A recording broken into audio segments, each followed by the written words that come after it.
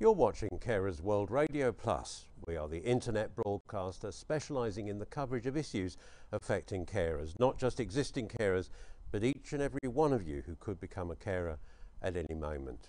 Later on at 8 o'clock UK time, I'll be bringing you the first edition of our new regular live programme where we mix practical informed advice with topical analysis and debate on the headline issue of the moment. But before that, we're showing you the latest edition of Carers World Investigates, where we take an in-depth look at a topic that you've told us about that concerns you.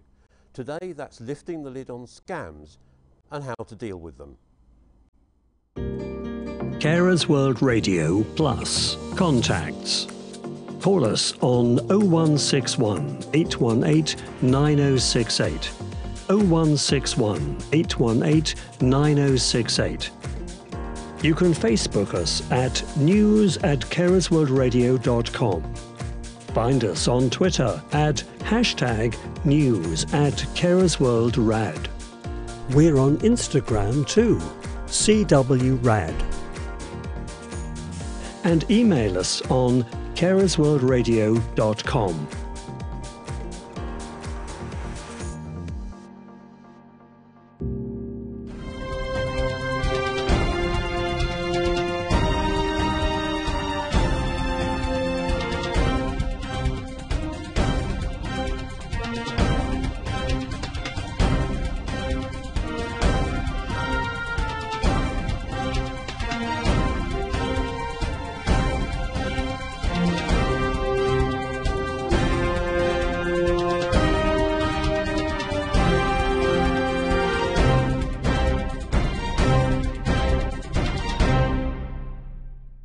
It starts with a helpful phone call, seemingly targeting a problem you didn't realise you had, but by the time you've hung up or the line's dropped, you really do have the problem you never had in the first place.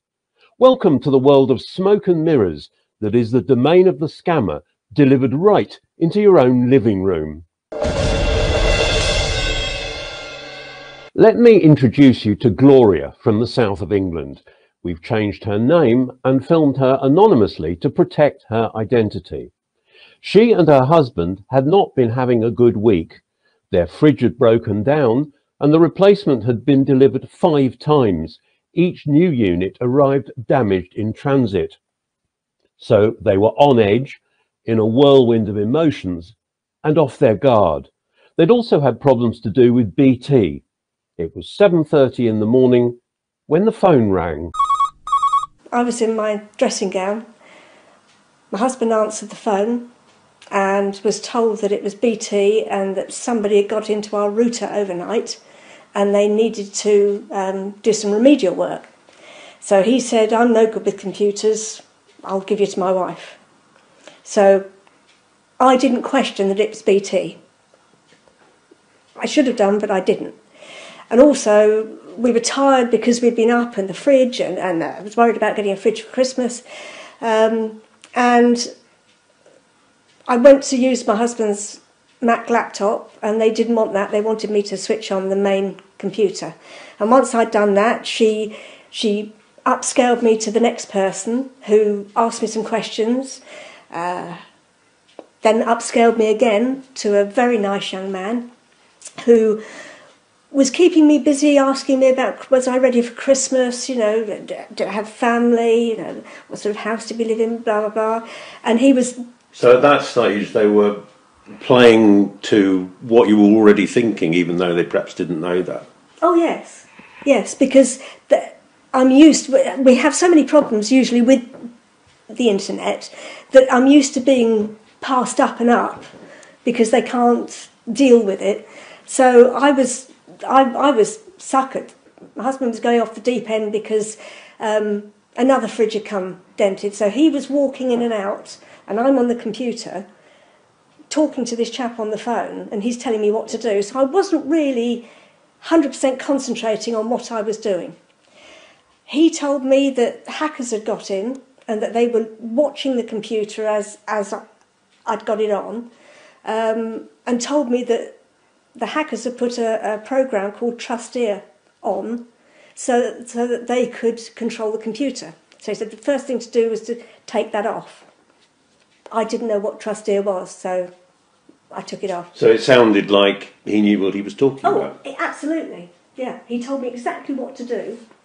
And then he said because the hackers were seeing what we were doing, he needed to take control of the computer and black the screen out so that the hackers couldn't see what was happening. And then he said that the next thing to do is to safeguard your money. And he said, with the black screen, he said, I won't be able to see what you're inputting. So if you could just go into the accounts. And I was doing this, and then all of a sudden there was a lull in him talking, because obviously he was doing something else. He was. And so at that point where there was the lull, how were you feeling at that particular point? If you can remember. I just felt that it was taking a long time, because by this time it had taken about half an hour, 3/4 of an hour, and I'm still in my dressing gown. My husband's walking in and out of the room making comments about this fridge, and when there was the lull in conversation, I suddenly thought, this isn't right. I'd suddenly sort of come to, and I said to my husband, ring a friend of ours who's a computer expert, and just check that, I'm doing the right thing. And I heard him yell no from the other end of the house. I put the phone down, pulled the plug out of the computer, and said, I think I've really mucked up. So we got our mobile phones, and Rob was trying to contact one bank, I was trying to contact the other. Half an hour it took to get through to the two banks, NatWest and Santander. So at this point, how are you feeling now? Because you've realised it's happened. Dreadful. My husband had logged into his Mac, gone into his bank account, and seen that they'd taken out £16,000. And of course he was really upset. I was devastated to think I was stupid enough to fall for it. But it was a set of circumstances that came together. We were tired from getting up for 5 days on the trot early and the fridge. I'm thinking I'm going to have a fridge for Christmas. So I wasn't really concentrating on what I was doing. When we did get through, NatWest were marvellous, changed the six-figure PIN or whatever it is. My husband could just carry on with his bank account, and although with the money gone, Santander, on the other hand, because the money had been passed through PayPal, Nationwide, this, that and the other, froze all my bank accounts, including my business one. I couldn't get any money out for at least 2 weeks without going in to a branch with my passport and birth certificate, and then having to speak to somebody on their fraud department when you're standing in a bank with people all round you, because it was one of these booths. It was just awful. And the chap I spoke to at Santander treated me like a 3-year-old, and really basically said, you've done something really stupid. We try and tell all our customers to be careful, and it just made me feel so bad. You've got one bank being sympathetic, yes, and the other the complete opposite. Yes. Then.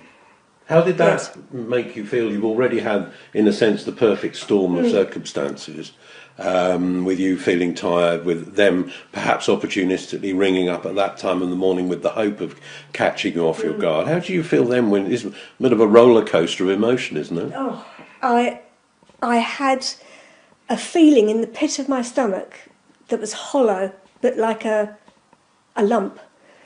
And I had that for about 2 weeks. I was, my husband said I was visibly shaken. I'd never felt like that before in my life. I just felt that I'd let everybody down. And how could I have done something so stupid? Because you watch the television, you hear about these things on the news, and you think, well, I wouldn't do that. I know you don't let somebody take control of your computer. But I did. And And when I think back to it, it was crazy. I know you shouldn't do that.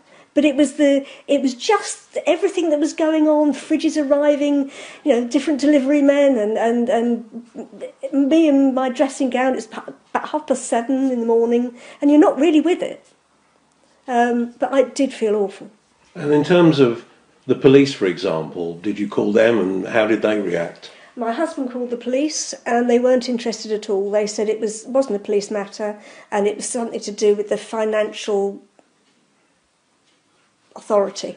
Probably the Financial Conduct Authority. But so how do you feel about the police not contributing effectively to your feeling of absolute, well, it's difficult to put into words, I guess. Well, you wonder who's going to help you. The police saying they're not interested when it's fraud, to me, is incomprehensible. It's not right, is it? Lots of people are not aware of the scams, and I think that's the most important thing, to tell people about the scams and all the different sorts of scams, because they're so plausible. This chap was, in another job, he'd be fantastic, because he was so pleasant, and I can remember thinking, what a nice chap. And then afterwards you think, what a complete and utter bastard.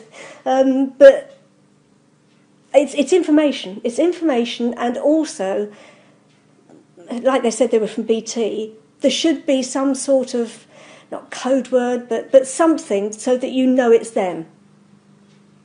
Because looking back, they didn't even know our name. But I'm supposed to be on the telephone preference scheme. I'm registered for that, and yet we still get all these phone calls about car accidents and PPI and everything else. And I don't know whether we're now on a suckers list. Nat West declined the offer of an interview, which was a little strange as their action in refunding the larger portion of the stolen money promptly was exemplary. Unsurprisingly, however, Santander, who took 2 months to refund the lesser portion of their money and put the couple through hell in the process, declined to be interviewed. So what if your bank or financial institution is blaming you for being conned and saying it's nothing to do with them? Your next port of call is the Financial Ombudsman Service. The Chief Ombudsman is Caroline Wayman. We see quite a lot of complaints now about situations where people have been the victims of scams, and we see that across all different parts of our workload. But I think particular issues around people being tricked into transferring money out of their account or buying goods that actually don't exist. So quite a range of different things that we see. In the example we're using in the programme, they did eventually get their money back. One bank was exemplary and the other bank put them through the worst possible nightmare and humiliation, just building on how they felt about the whole episode. What sort of do you as Chief Financial Ombudsman do with that type of situation? Let's say they'd come to you about, well, maybe they'd come to you to compliment one bank and say, what on earth's going on with the other? How would you deal with that? So we would want to look into what happened and see what evidence there was about what happened. I mean, overall, what we're doing is working out whether or not the consumer's being treated fairly by the bank or building society or whoever it is that's involved. And so we'd be looking very carefully at the evidence to see if they have been. And if they haven't been treated as they should have been, we'd be directing the bank to put things right. So would you be looking at the aftermath, effectively, of the scam? Potentially. I mean, I think it would depend when in time that people come to us. So, I mean, we'd always say that the first thing people should do is to contact their bank themselves and do that as soon as possible. I think that's really important. The faster that people get in touch with their bank when they realise something might have gone wrong, the more likely it is that they'll be able to recover any funds that have been transferred. So that's a really important bit of advice for people is to get in touch with their bank as soon as possible. We would be looking at whether or not the bank had done what they should do, whether they treated them fairly. So that would include looking at how quickly they acted in terms of trying to recover any money and about how they treated people. So that's obviously a really important part of things as well. I mean, the key issue of facing people who've contacted us at Carers World Radio Plus is that effectively some banks, some financial institutions are saying, well, you handed the money over, so we wash our hands of it. And we'd have to look very carefully at the situation to see what the bank should have done, and obviously make sure that they have acted within their own procedures and that they've treated the customer fairly. They can be some of the most difficult cases that we see, but ultimately they have been the victims of a crime very often. So we would need to look carefully at the situation, make sure the bank has done everything that they should reasonably have done. Sadly, there will be situations where the bank probably has done everything it could have done, but unfortunately the consumer is still out of pocket, and those are the most tragic of the cases that we see. And so, in essence, are you saying that if the bank or other financial institution has behaved according to its rules, then that's tough? Well, I think we would look at overall how fairly they treated the customer. So it's not a sort of strict application of the law, but we do obviously need to look at what the bank's responsible for, and they're not always responsible for the losses that can occur. 'Cause in the end, this is a crime that's been committed, but we would hold them to account for the things that they can and should have done to be able to protect consumers and to do that which is reasonable. What's your advice to people who face the possibility of a scam? We're talking to other people in the programme on this subject about advice, but what would you say to people who are faced with a call out of the blue? I think on the whole, be suspicious if you get a call out of the blue, and don't feel that through politeness or anything else that you need to engage with it. So I would say close down the call as quickly as possible if you're concerned, and contact your bank through one of the phone numbers that you've got, say, on the back of your card, or on a letter from the bank, and just use one of their established phone numbers. I think one of the problems sometimes is that people are almost too polite, or don't feel comfortable in just ending the call. And I'd say be very suspicious about calls that you get out of the blue. Banks won't ask you to give your details over the telephone, so that's not something they will do. So do be suspicious and talk to one another about it. I think, something we can all do, talk to our friends, talk to our neighbours, and encourage people to just have that kind of suspicious view of this, because sadly this is something that many people can fall victim to. Is it perhaps not the case that they have to put up a fight, essentially, in order to prove to you, if they come and complain, that they've done all they can? The banks, you mean, need no, to demonstrate that? I'm thinking about the consumer, because the banks can demonstrate what they can say, what their procedure is, and then you can examine it and see whether they've stuck to that procedure or not. But if the consumer is faced with a situation where the bank is saying, well, you shouldn't have done it, the consumer needs some sort of evidence, doesn't he or she? Well, so I think evidence includes people's recollection of what happened, and they're being able to tell their story in their own words is a really important part of the evidence. And it's important to know that, we're here to help to level that playing field. So I'd really encourage people not to worry about that, and just, if they haven't got an answer that they're happy with from the bank, to give us a call and let us worry about what evidence we might need and how we'll look into it. But the first thing for any consumer to do who has a concern is to just tell us their story in their own words, and then we can work out what the obligations were of the bank, whether they've met them, what was the law, and that's what we have to apply. We have to look at the law, we have to look at regulatory rules, all those sorts of things. But consumers don't need to worry about any of that. They should just give us a call and tell us their story in their own words. And I just really reiterate the importance of talking to one another about this and acting quickly. And if in doubt and you're not sure whether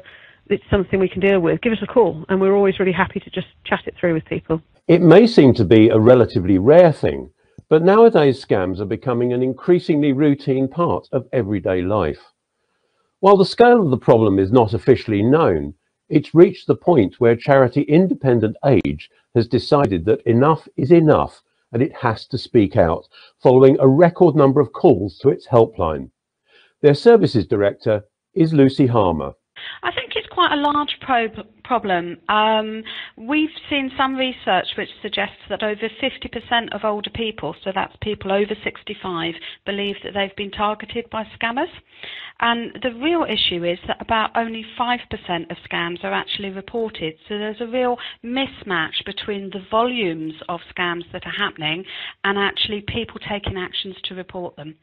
How would you What would you say to someone who's been scammed but hasn't reported it? Because we've seen elsewhere in the programme that people feel really embarrassed by it, and other experts saying, well, you shouldn't be because, you know, they're very clever at this. What would your advice be? Absolutely, I'd agree actually. When we talk to older people here at Independent Age, people tell us that they feel that the impact is about having a loss of confidence, and a lot of people blame themselves for being scammed rather than blaming the scammers. And I think the difficulty can be that people think, well, I'm not going to get the money back, so, and as you say, that they're embarrassed about what has happened, so it makes them reluctant to actually report it. From our advice would always be, do report it, let other people know what scams are happening at the moment, and then hopefully we can take actions to try and get less people scammed in the future. Independent Age has a campaign running called Scamwise. What are the main elements of it? So we've got a lot of information to help people arm themselves with some practical advice. So some simple ways to spot scams so that you can actually make sure you don't fall victim to a scam. It can be difficult to get your money back if you have been scammed. So at Independent Age, we would say the best thing to do is to know what a scam looks like so you don't fall a victim in the first place. And knowing what it looks like, is it the case of the old adage, if it looks too good to be true, it probably is? It is actually. I think that's a really good rule of thumb. Some of the other things we would say are, is it an unexpected offer? So is it something that you've been contacted out of the blue, or, you know, is it a company you've never heard of before coming to you? Often they'll put you under time pressure. So why is someone pressuring you to make a decision on the spot? And it may be that they're saying, don't tell anyone else about this. We're only offering this to you. A reputable company shouldn't be doing any of those things. They should be happy for you to talk to other people and check in with someone else to see whether or not it's something you should do. And if they're at all concerned and don't know who to call, can they call your helpline? If they call our helpline, we'll be very happy to send them out some information. We've got a great guide which will help people spot a scam, can help put their mind at risk. The other places you can ring are CAB, who have got a great consumer advice line. And if you are wanting to report a fraud, Action Fraud is the people to contact. Older people are often targeted by scammers, and we know that it can be something that disproportionately affects older people, and that may be because older people are home alone.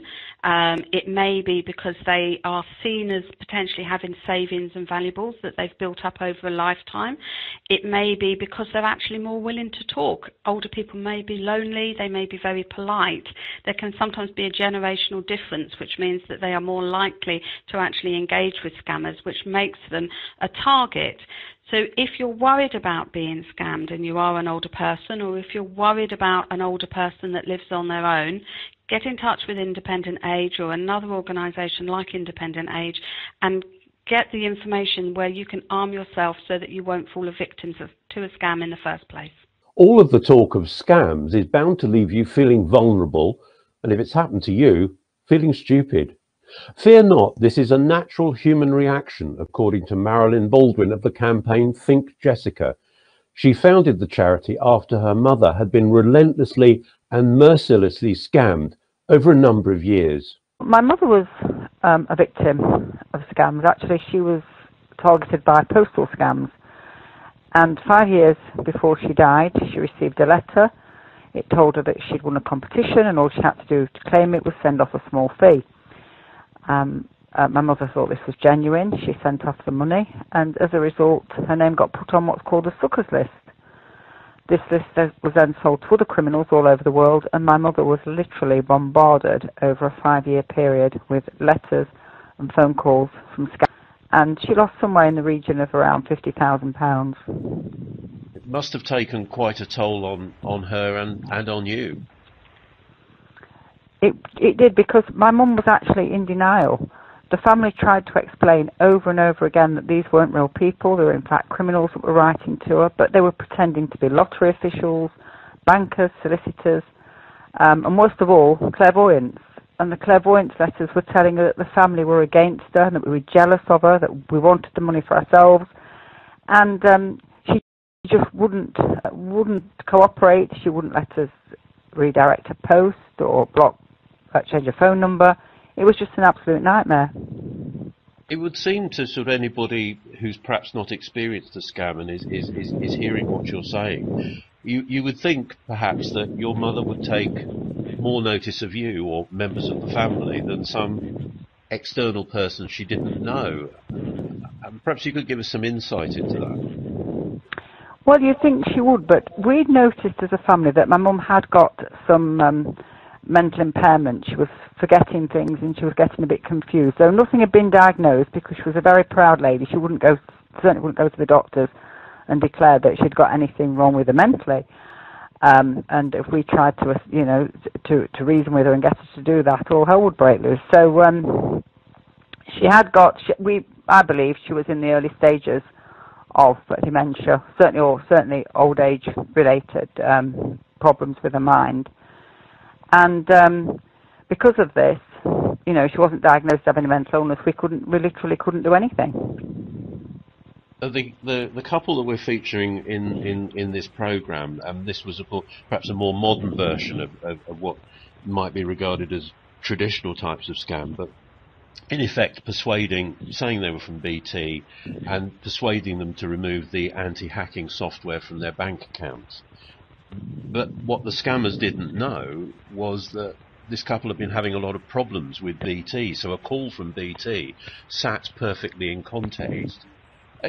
Do you believe that scammers have a certain way of knowing people's vulnerability? Because they've told me it's quite spooky, the fact that they rung up and said they were from BT when they were having BT problems. Well, it's hard to say whether they've got any knowledge of the problems they've experienced with BT, or if it's just a coincidence.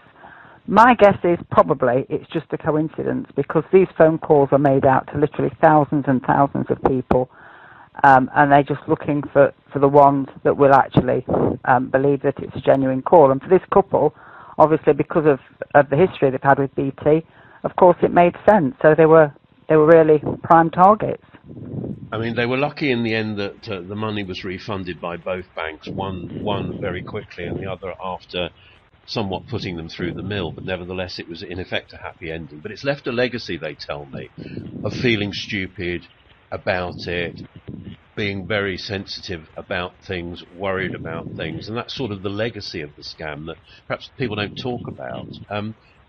What sort of, is that the same sort of feelings that you believe a lot of people in this type of situation experience? Oh, definitely. The stats show that only 1 in 5 people actually do make a report. The remainder would be too embarrassed to make a report. And another reason as well is that a lot of older people are worried what the family are going to say. We've had instances where older people have made mistakes with rogue traders or different types of scams, and they've been too worried to tell the family, because they think the family might see them as being incapable of having their own financial independence. They might want to take it off them. So they'd rather say nothing and suffer the loss. But it leaves them with that sense of, like you've just said, feeling stupid, which they're certainly not. These scams are very sophisticated, and people that fall for them, we have on our list, we have a solicitor, we've got an ambassador's wife, school teachers. There is no typical victim. These are, if they catch you at the right time, which they did with this couple, exactly the right time, which was, like I said, I think it was a coincidence, but, they went along with it. And I think, with hindsight, a lot of us would have done, if we'd had that sort of history with BT. But what I do think is that the banks really have a duty of care, especially with online banking, is to get more education out there. This couple had no idea that there was anything installed on their computer that would, protect them from being hacked. They didn't know that. If they'd have known that, they'd have been a bit more cautious about doing anything. They wouldn't have wanted to take any instructions over the phone. So I think a lot of it is lack of education, definitely. And what can individuals do to to try to protect themselves? Obviously, you've said that you believe these scams are quite sophisticated, and that certainly seems to be the evidence. What's your best advice to people? Is it really the old-fashioned, if it's too good to be true, it is too good to be true, and be very careful? Well, we used to say that to my mum a lot, and she used to say, yes, it might be too good to be true. It probably is, but it probably isn't. So I think the thing to say is, if it looks too good to be true, if it seems too good to be true, think it's a scam. Just do not take a chance on something like that, because there are so many scams out there. There's a scam for everybody. There's a scam out there that every single one of us could fall for if they hit us at the right time. So I think, and probably the best advice is, don't talk money over the phone. Don't get into any conversations with strangers over the phone, and certainly don't do surveys, because this information is being collected and sold on, and you don't know where this information is going to end up. And remember that the police or the bank would never ask you for personal details or ask you to do any amendments to your computer. So never run any programs basically on your computer. Don't touch it. Don't even get involved in the conversation. I mean, do you think something as simple as, I can't speak to you right now, can you give me your telephone number and I'll ring you back would work? Well, yeah, I mean, that is something that you could, but I wouldn't even go through, they're so sophisticated that you could be ringing back a number that you think's in the UK, and you could be ringing another country. So you'd still be none the wiser of whether or not that was a genuine call or not. You know, we have to be suspicious now. We can't afford not to be. I mean, every 15 seconds, somebody is actually falling for a scam in this country. What sort of psychology are the scammers using? You've mentioned that the scams are very sophisticated. Well, the psychology that they use is very, very powerful. They know how to shut down somebody's normal thought process. They literally dazzle the mind of the person that they're talking to or emailing or writing to, and they make them rush. They don't want them to think about it. They make them want to rush. It's always urgent. You've got to send money. Everything's time sensitive. You've got to get onto your computer. You've got to do it now. And that's all coupled together with other information that they're giving you. It rushes people into not thinking straight, not giving it 5 minutes, just sort of going straight into the instruction and following the instruction. And that's when the problem starts. As institutions and companies force us more and more to go online so they can cut staff, scams seemingly hem us in. So how can we fight back and protect ourselves? Enter the organisation Get Safe Online, and former high-tech specialist police officer and now computer security expert, Tony Neate. Get Safe Online is a public-private partnership. I helped start it when I was a serving police officer. So it was initially a police initiative together with government and the private sector. And it very much is still that. We've been going now for nearly 15 years. And I've been the chief executive for about 12 of those. And it's about educating all members of the public, from children all the way up to silver surfers, and including small, medium enterprises. And presumably your experience as a police officer informs the way you work. I think it does. I'm passionate about the internet, and I think the internet is a fantastic place. But there are horror stories, just like anything we do in life. And what we're here to do, and what I'm passionate about doing, is educating people and changing their behaviors so that they become safer and more secure when they're on the internet. One of the stories we're featuring in this program is of a couple who were rung up by someone alleging they were from BT and talked them through taking off anti-hacking software on their computers. I think it was called Trusteer. What's your view on that? It's something we've seen quite a lot of in the last 3 or 4 years. Cold calling. People are very much aware of security on their computers. They hear it every day on the radio, the television, in the press. And but suddenly when they get a phone call, there may be their trust goes down a little bit, and they think, oh, this has got to be genuine, and yes, I am on the computer, and yes, it has been getting slower lately, and they're then convinced to go on.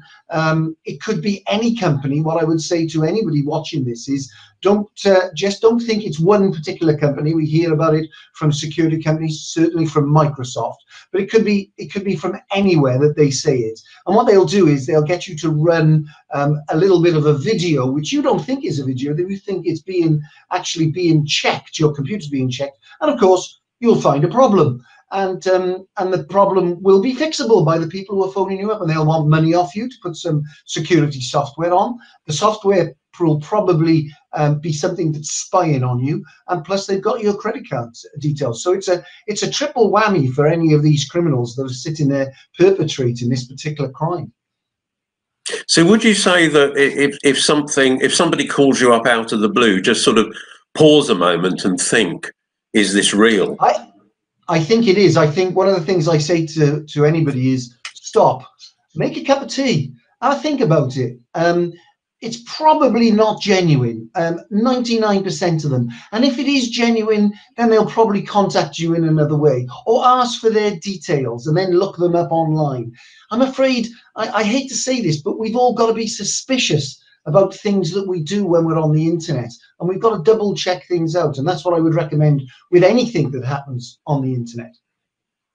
I mean, how sophisticated are these people? For example, in the story of the couple with the alleged BT call, they rung them at 7:30 in the morning, perhaps maybe guessing they're vulnerable, but they didn't know they'd had problems with BT themselves. So the call came in context.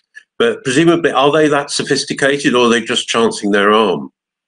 It's a bit of both. We see organised crime involved in this, but also opportunist criminals as well. And if they find a number, they'll use it. But the other thing we've got to look out for is the automation of these calls. So what a lot of people will get, and I've had them numerous times, is the phone will ring, I'll pick up the phone, and there's no one there.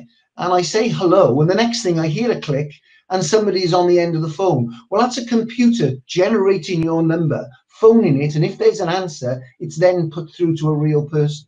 So this is the sort of elaboration that they go to make sure that these are, they look genuine, but they are sophisticated. When I first saw phishing emails, which is emails that you get trying to get your information, they were very poor.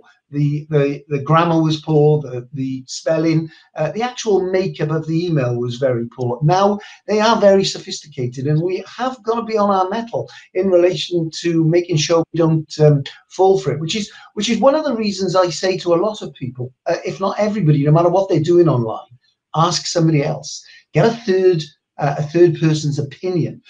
Sometimes we have rose-tinted glasses when we're online. We think there's a problem with our computer. We're looking for this fantastic holiday deal. We may be looking for love online, but we don't see the things that maybe other people who aren't looking for those things see. So always ask somebody else, friend, family, your children, your parents. It doesn't really matter who, but get someone else involved. One of the other stories we're telling on the programme is of an older man who was rung up out of the blue with the Microsoft scam that you've mentioned. And rather than putting the phone down, he actually took them on and ended up with his computer with a problem. But fortunately, financially, he only had to pay £100 to get his computer sorted out by a local computer engineer, and could have, if he'd fallen for the scam, have ended up with £399. So he's viewing it as he came out ahead. But perhaps is that the right way to view it? I don't know. It's quite a positive story in a sense. Well, that gentleman was glass half full, which is always a good thing, and I'm a half glass full person myself. So what I'd say is, yeah, he's looking at it the right way, but we shouldn't have allowed it to go that funny way. If somebody says there's something wrong with your computer, put the phone down, ask somebody else. You know, how do they know? They shouldn't have access to your computer, and if they have access to your computer, they've done so unlawfully. So certainly put your phone down on anybody that phones up as a cold call. If it's your bank that says it's your bank, if they say it's a communication provider, a security company, then go online, get their details, go online, get the contact details for that particular company, for the bank, for the financial institution, and phone them back. They will be able to tell you whether that call was genuine. And unfortunately, an awful lot of them are not. I don't know whether you can help us on this. The couple, after they got an IT friend who said pull the plug, and they were fortunate in that they got their money back from both banks, one quicker than the other. But one thing they were surprised by was they rung the police and their local police, and their local police said, well, it's not a crime. And on Carers World Investigates, we've been looking into that and finding it hard to get anybody to comment on it. As an ex-police officer, what would your view be on it? It's clearly a crime. But what we're seeing is the explosion of this and where the crime takes place. And of course, you've got this sort of thing happening all over the world. When I joined the police some 40 years ago now, crime was local. If there was a robbery in the area, you could probably look at a number of different criminals and work out who probably it was or possibly was. Now this is international, and we don't know where these crimes are coming from. So it's very difficult for the police to investigate and to be successful in that investigation. So there is something called action fraud, and coming from Get Safe Online, we're very supportive of action fraud. It's somewhere where you can go to report a crime. We also have an awful lot of information on every page about victim support if you become a victim. So there is somewhere that you can report it. And yes, there is a reticence by the police to take these types of crime because they are so difficult to investigate. But they certainly are crimes. And you know, if no other place, go to action fraud, but also tell the bank. The bank should have a methodology for passing this on through to the City of London Police and through their action fraud system as well. So there's no reason why you shouldn't do it that way. But if it's really big and it's happening it's a crime in action, then don't be frightened to phone up your local police, to go into the police station and in a way to demand some action, because it is a crime in action. One of the other people we've spoken to for this programme is Caroline Wayman, the Chief Financial Ombudsman. And she was talking about if you complained to her, you would talk under her organisation. She was talking about having to provide evidence. They'd look at the evidence. And obviously a bank can say, well, this is our procedure. This is what we followed. But what can the ordinary individual do evidentially to avoid a situation where a bank or other financial institution simply says, you did it, it's your fault? Well, I would regularly take screenshots of what you're doing. Certainly, if you think there's something not quite right about what you're being asked to do, you know, people will say, well, that's complicated, screenshots. YouTube is one of the best things on the internet. Go to YouTube, put in screenshot your computer, and in a very quick, easy terms, it will tell you how to do that.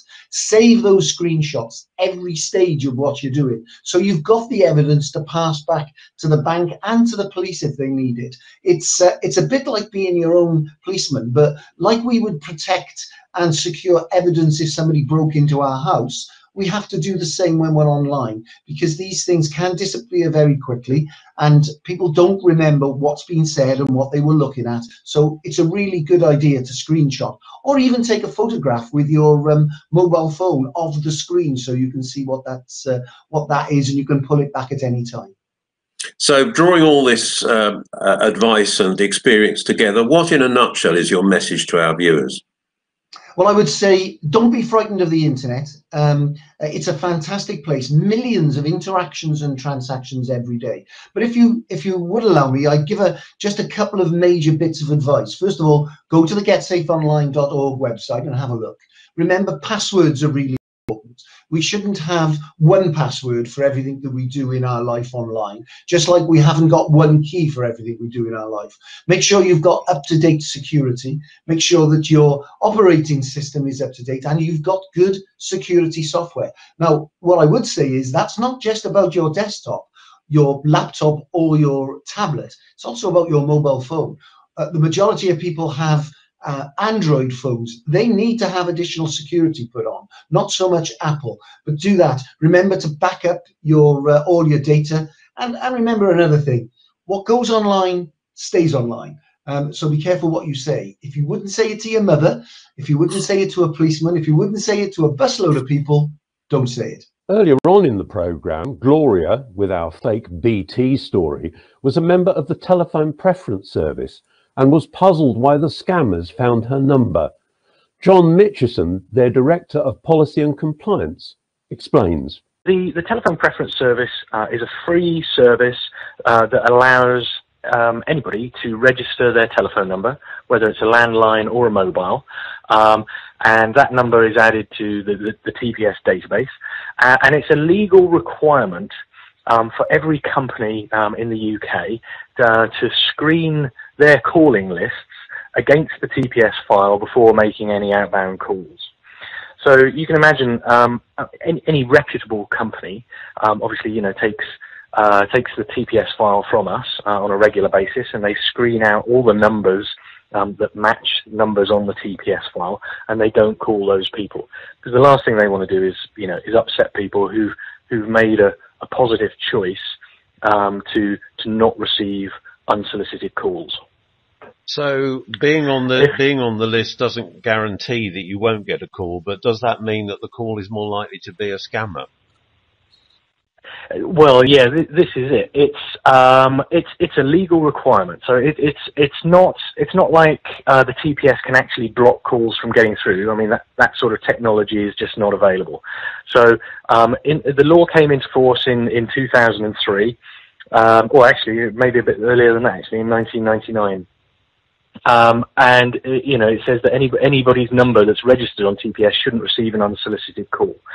So obviously all reputable companies take any notice of that, and then people notice a significant drop in the number of unsolicited calls that they receive immediately, and then of course once you know that you're registered, if you do get a call from somebody that you're not familiar with, because you may have given permission for certain companies to give you a call. It might be perfectly legitimate for maybe like your broadband provider or your mobile provider to phone you at certain times of the year and offer you different upgrades or whatever.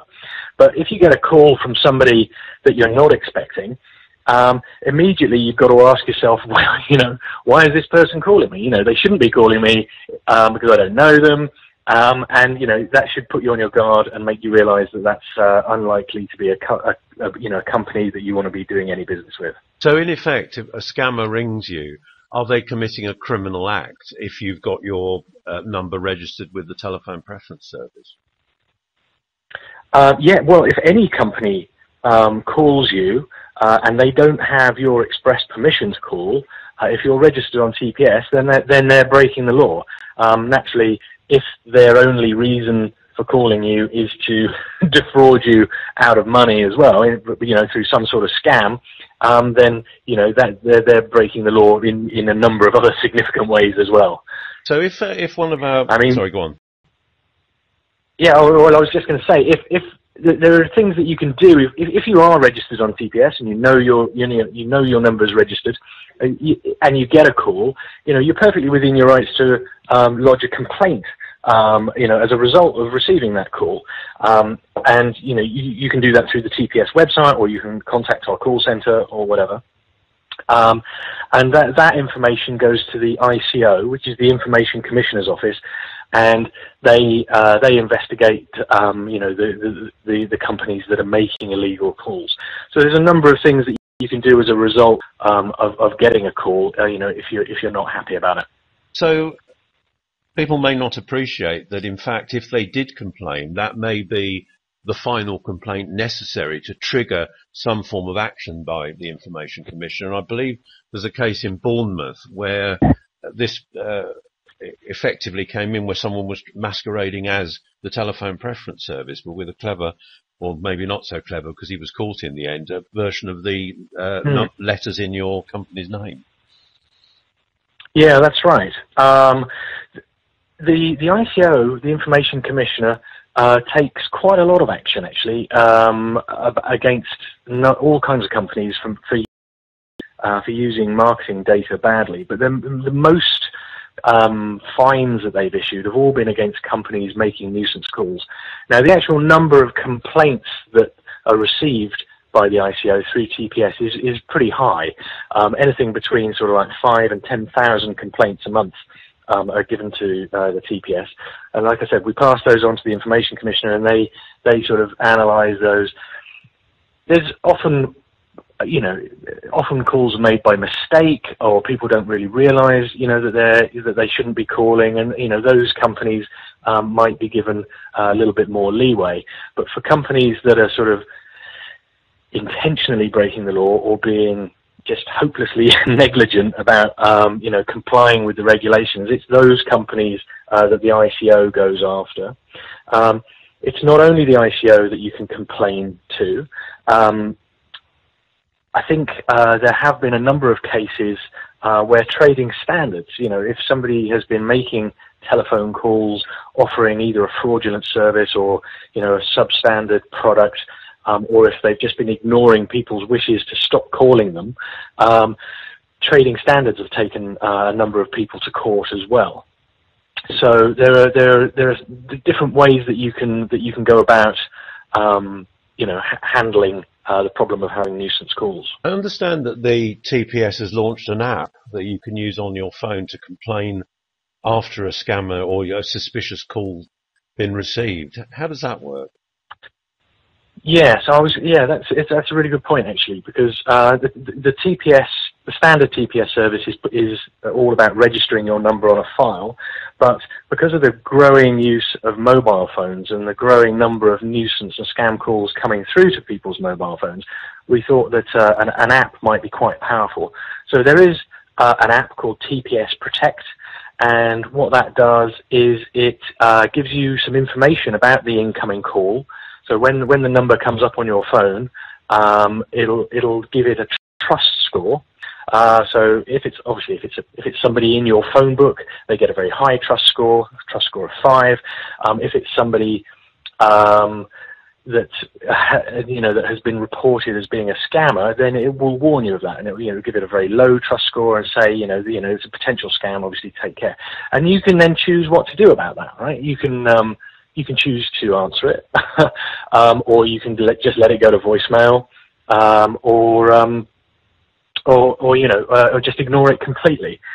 So it just gives you those options. It's like giving you a little bit of a warning beforehand. If you do answer the call and you realise it's not what it was purporting to be, then you can make a very quick reply, a very quick report on the app, and all that information sort of feeds back and helps inform other users, when they get calls from that number.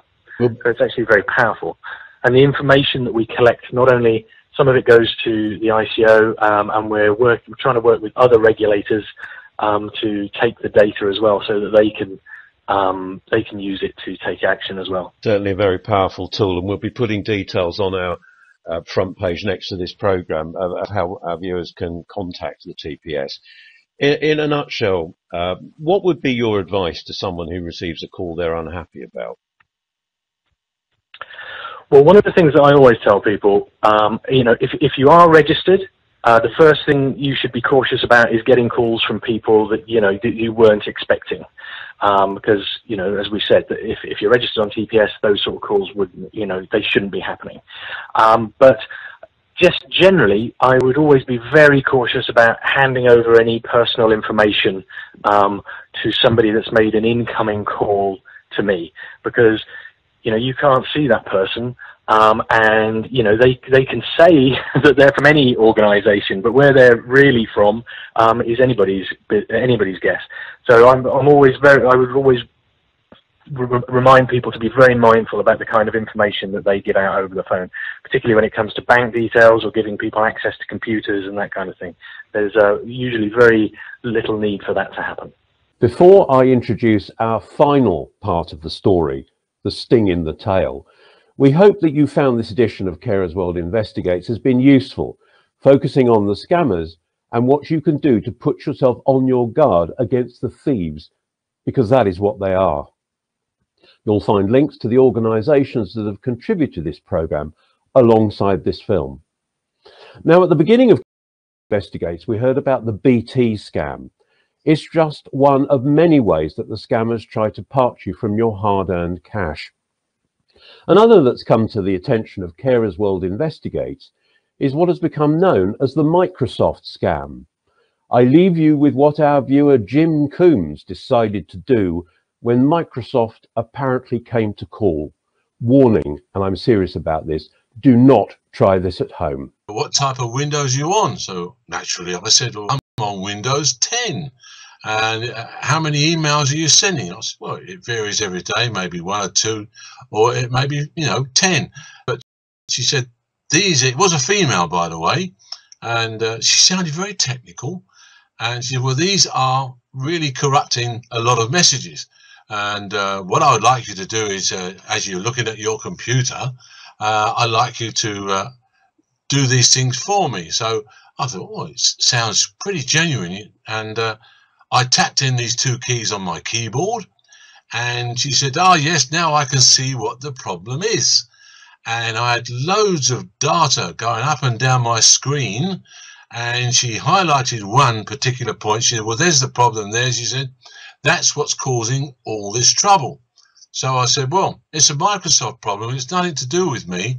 Oh, no, she said, it's, we argued a little bit. And she said, well, we can cure this problem. I said, well, if it's curable, it's down to Microsoft to do it, not me. And she said, well, no, you've got to do this, that, and the other. So we argued this, that, and the other, but she kept cool and said, well, to cure this problem for you, we'll have to charge you £399. I said, no way am I going to pay you £399.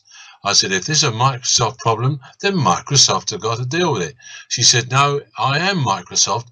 Very, very strong on this she was, from Microsoft IT. She said, and we're going to have to charge you this £399. I said, well, sorry, I'm not going to pay, and I'm going to terminate this call and this conversation. She said, if you do that, she said, your computer will go dead in the morning. I said, well, that's down to you, but I'm not going to pay you £399. This is ridiculous. And from that point, I terminated the call, and I thought no more of it until I switched on in the morning, and guess what? My computer was dead. She must have planted some form of worm or signal in my PC, and I couldn't get anything at all. And in the end, I had to take my PC to a dealer to have it kind of cleaned out and reset to what it should be. But I didn't pay no £399. It was a pure scam. And with this person being online, you were saying they sounded plausible. What did she say the infection was? What was the problem with it? I was the one corrupting emails in the Microsoft system. And, she was very, very convincing. And I couldn't say there was a Middle East or Far East accent. Very clear, very technical too. And, of course, my failing was she must have locked onto my computer. And as soon as I tapped in these codes, she'd locked onto me. And that's when she placed, whatever you like to call it, a worm or something in my computer. 24 hours later, I am dead. So when you woke up in the morning and switched on the screen, what was it, just black, or was there data on it, or what happened? I got so much up, Ron, so much on the screen, but as soon as I tried to go and get in my server, nothing at all. It was just completely blank screen. Couldn't get in nowhere. I tried all the resets, this, that, and the other, nothing. Has this ever happened before? Have you ever been contacted by a company like this, or have you been scammed before? Is this the first time? I've had another one, which I got very wise to. BTIT section here, they told me. He said, oh, yes. And there's a problem with you. So I said, oh, what's this particular problem? So I kind of said on the quiet, okay, start recording and tracing, and carried on the conversation. So I said, well, have you got a telephone number I can call you back on? So, oh yes, he said, the 0800 number, 800. He gave me the BT number exact. Now, through what I knew about the BT number, how did he know I was going to go, you're going into an office, which is a call center. So how did he know I was going to go direct through to him? Well, a simple test is, he rings you up and says, call me back on this number, he doesn't replace his telephone receiver. So you replace yours, you pick it up and start dialing. You don't check to see if you've got dial tone, so he's sitting on there waiting for you. That was the scam, and I said, sorry matey, I know this to be a scam, and I put the phone down. Never heard any more from them. But once again, they quote BT, IT section, they come through with some very, very technical stories. I've learnt my lesson, I don't entertain them. So when you took the PC to the shop where you took it to, what did they say, and did they get it fixed, and what sort of cost did you pay for that? Yes, I took it to a shop over in Staines and I told them what had happened. He said, okay, leave it with us. We'll try and get something going for you. They did clear it all out and it cost me £100, which is a lot less than $399. But it's still, you've got to take the PC down and do all that. I was gutted. I learnt my lesson. Anyone coming now to any firm telling me who they are, what they are, whether it's on the PC or the phone, I do not entertain them.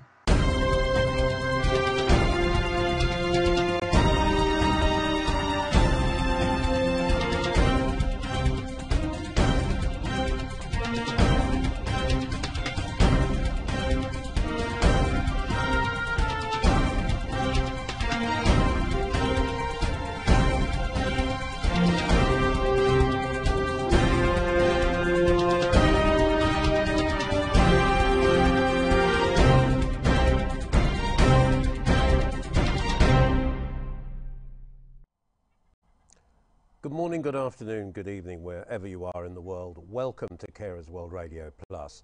In this edition of Carers World Live, we'll be talking benefits with Maria Zealey from Surrey Welfare Rights Unit, as well as looking in depth at the government's Carers Action Plan with the Minister for Care, Caroline Dinenage MP. More importantly, we want to hear from you, as on Carers World Radio Plus. Carers World Radio Plus. Contacts. Call us on 0161 818 9068. 0161 818 9068. You can Facebook us at news@carersworldradio.com. Find us on Twitter at #news@carersworldrad. We're on Instagram too, CWRAD. And email us on carersworldradio.com.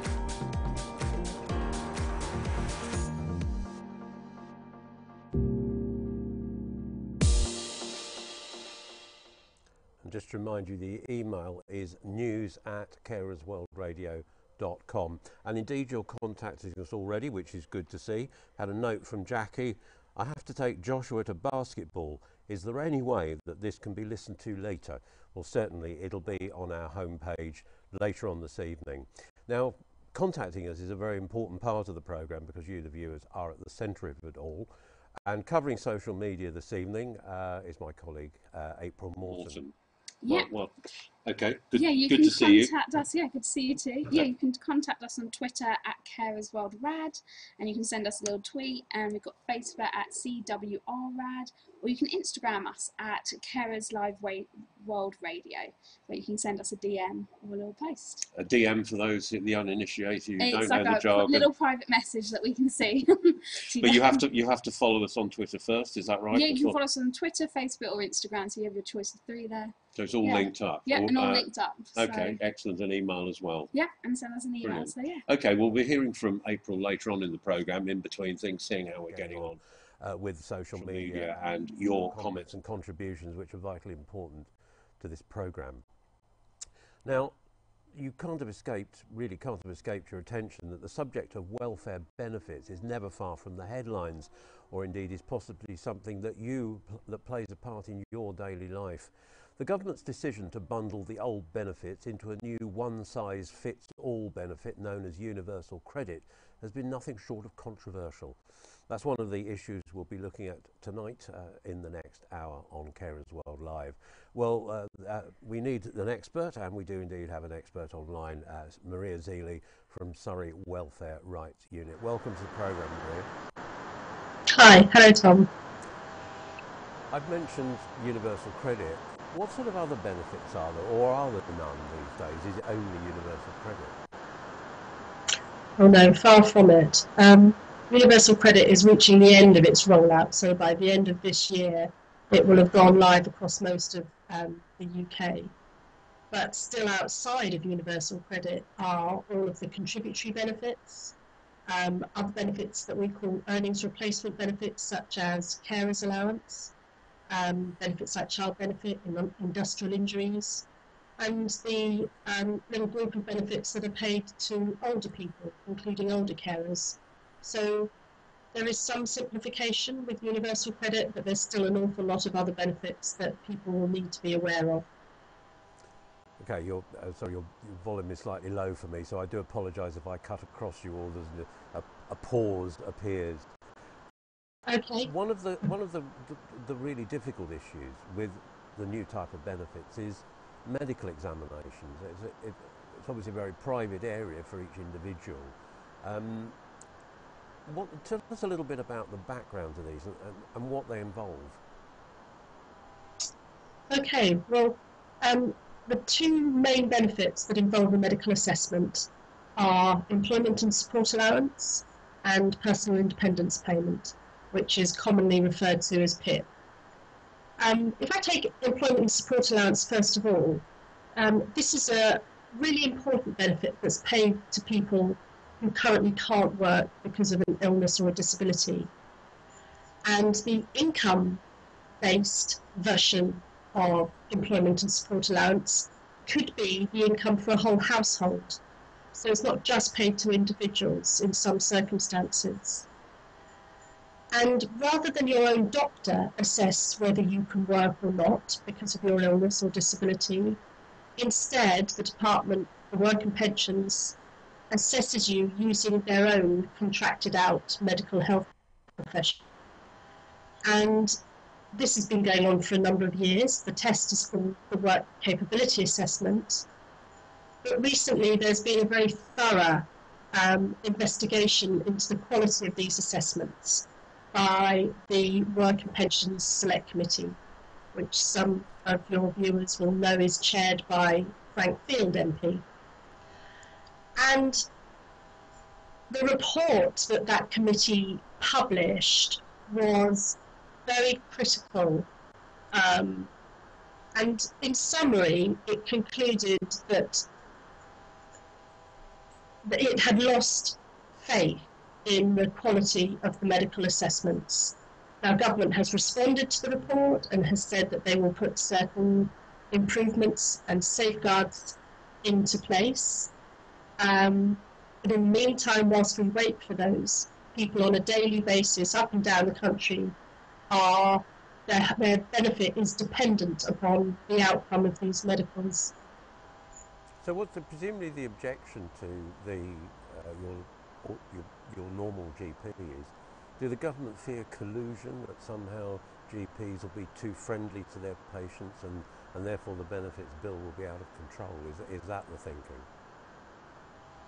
I think that is one reason, but not the sole reason. I think what government would also say is that GPs don't have an in-depth understanding of the work capability assessment.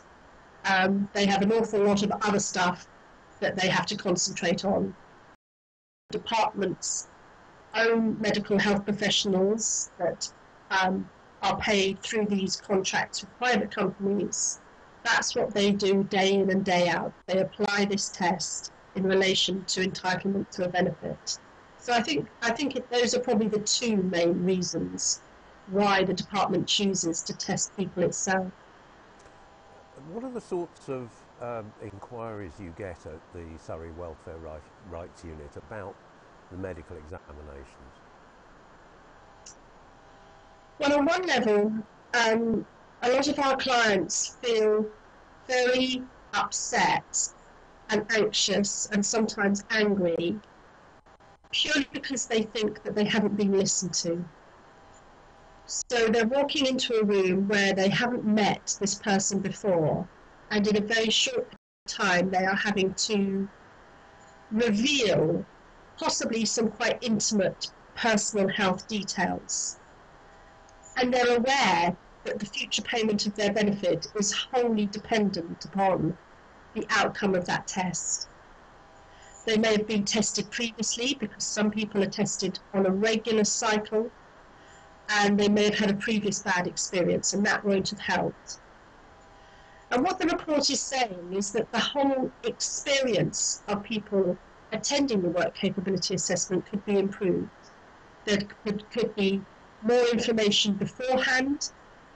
If they take a companion with them, that companion could be more involved, particularly if it's a carer who is more than aware of how that person's illness or disability affects them. And there's also recommendations that possibly some of these medicals should now be video recorded, so that they can be referred back to and used to improve across the service. And presumably that's really causing even more concern rather than alleviating people's fears, just briefly. Well, it could be twofold, couldn't it? It would be entirely personal preference whether or not you found that reassuring, or whether you found that completely intimidating, being recorded during this interview. Yes. For the moment, Maria Zealy from Surrey Welfare Rights Unit, thank you very much indeed. In the next section, we'll have a look at employers' support allowance and personal independence payments. Now, I do say that keep in touch with us, and this is how to. Carers World Radio Plus. Contacts. Call us on 0161 818 9068. 0161 818 9068. You can Facebook us at news@carersworldradio.com. Find us on Twitter at #news@carersworldrad. We're on Instagram too, CWRAD. And email us on carersworldradio.com.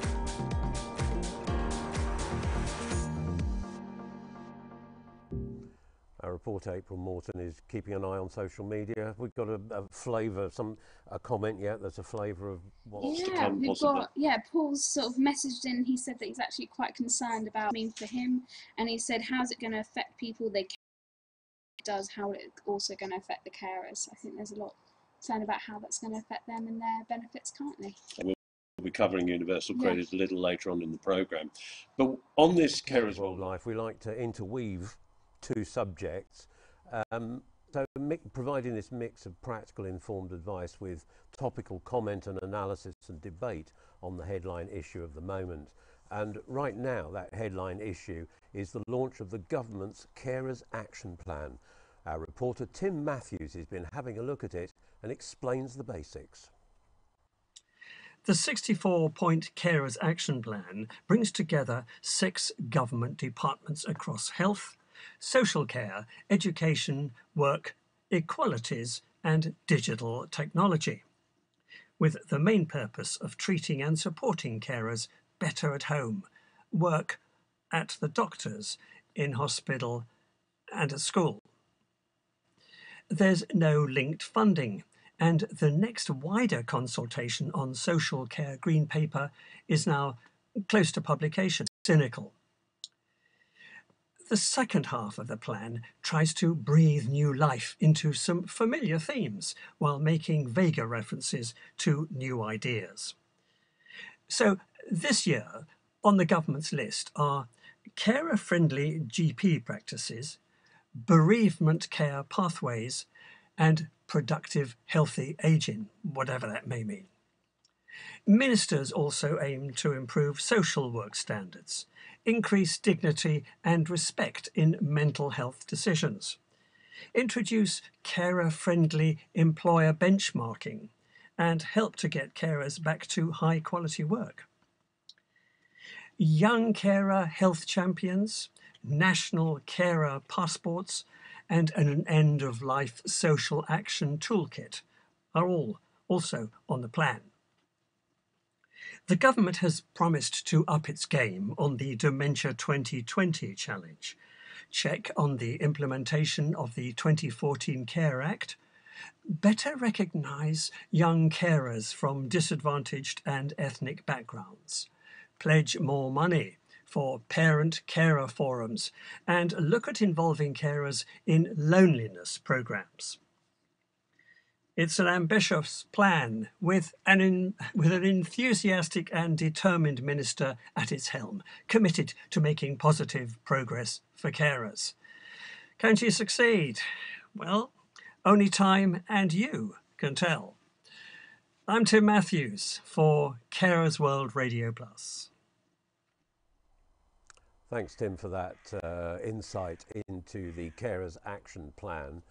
Well, for further insight, we turn to Care Minister Caroline Dinenage.